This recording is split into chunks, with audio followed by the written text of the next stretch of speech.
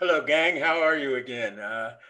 We are getting up with the Golden Globes tomorrow night, and I wanted to talk about the trial of Chicago 7, which I thought was one of the best movies of the year, and the acting was spectacular. But I wanted to share with you, as this is very topical right now, my experiences with the Chicago 7, which extended over 2 years. In 1969, 68, I apologize. Uh, I was involved in the Eugene McCarthy and Robert Kennedy presidential campaigns. And when we had two big goals at the convention in Chicago in 1968, which was to pass an anti war resolution and to set the civil rights delegations from the South, the Julian Bond delegation, John Cashman in Alabama, Fannie Lou Hamer in Mississippi, to make sure that they got treated equally since they were not allowed to vote in those states at that time, many of them. And after that was over, I went to Chicago for that convention, and it was a nightmare. It was what you would imagine in Belarus. Jeeps covered in wires, police with no name tags, shields, leather gloves, taking their batons, beating, kill, kill, kill. National Guardsmen, 10,000 were called in. There'd been no rioting. This was all just preparation. And so the yippies and the more progressive wing of the Democratic Party were having rallies down in Lincoln Park. Well, since Monday night and Tuesday night was the nights I had to be at the convention, I wasn't able to join them until Wednesday night after we had lost narrowly on the anti-war plank and basically didn't succeed very well on the civil rights delegations. So I go down, and I knew Tom Hayden, and I knew Rennie Davis, and I met Abby Hoffman. I wouldn't say I knew him.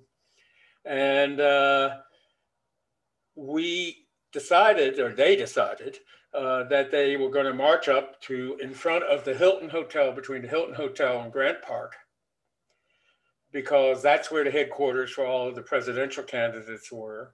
That's where Hubert Humphrey, at that time, the pro-war candidate of the Democratic Party. And so as they marched uptown, I met them about halfway. We got to Michigan and Balboa, and there was probably 1,000 of us, and a lot of McCarthy people this time around, because our role at the convention was over. We knew he wasn't going to win. And I was living actually at the Statler Hilton at Balboa in Michigan.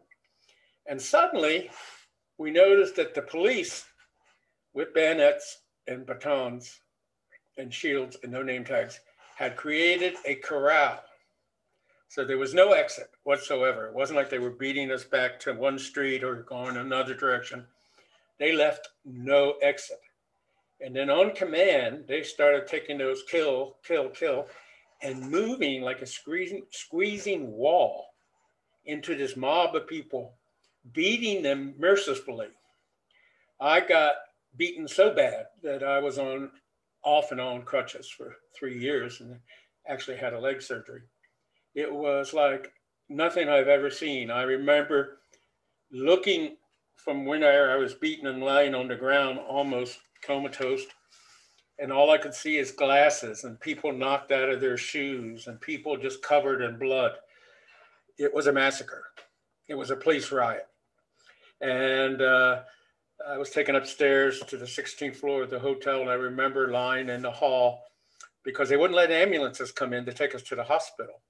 And so the staffs of the Kennedy and McCarthy campaigns were ripping up sheets and stopping the bleeding on all of us, or creating, in my case, a splint.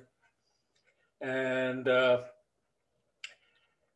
was my first exposure to what would later become the Chicago 7. During the Vietnam moratorium in 1969, it was the height of the Chicago 7 trial, and all 7 of them visited us in the Vietnam moratorium office because we were conducting what would become the largest anti-war marches in history. up to that time anyhow. I think the Women's March beat us later. I would gladly lose to them. And they demanded that we pay for their legal fees. Well, I think there was a perception, since we were so successful and had 2 floors in the building, mobilizing the country and mobilizing people who had never been mobilized before, that we were wealthy. And the fact of the matter is, we just barely got by on a day-to-day basis at the moratorium. And they came in making outrageous demands, and myself and Sam Brown and David Hawk and March Glencar sat with them. And they made threats at the time that they would destroy our headquarters unless we came up with some money for them. So they didn't. And we took the necessary precautions. You never can call the police in those kind of situations, but we got some big old longshoremen locking arms in front of our office. Cora Weiss got them for us, so that we didn't have to call the police on our fellow people, but we also were going to protect ourselves. And shortly after the moratorium took place in the end of November, I received a subpoena to come to Chicago to testify on behalf of the Chicago 7. I was more than proud to do so. I had watched the travesty of justice against Bobby Seale and the rest of them. It was sickening to watch. Judge Julius Hoffman could have been Donald Trump. I mean, there was no limits to his injustice. And so I flew out and I got deposed by the Chicago 7 lawyers. And what they were interested in is that Wednesday night in particular, which was a police riot at the corral, how badly I was injured, my impressions. Evidently, I'm a reasonably good storyteller. And I outlined it all, and it was very powerful, it turned out. And they were very, very excited. However, for 2 days, I sat in their room with them when they weren't in there, in and out of courtroom. Got to know Tom Hayden real well and Rennie real well. And Judge Julie Hoffman wouldn't let me answer a question, not one. And so I left and headed back to Washington. And Tom Hayden, I later helped when he ran for US Senate in California. And I stayed in touch with Rennie, and that's my experience with the Chicago 7. And I just thought that you would like to hear that story, since the movie will be coming up. And I quite honestly hope it wins Best Movie of the Year. Y'all take care, get your vaccine shots, wear your mask.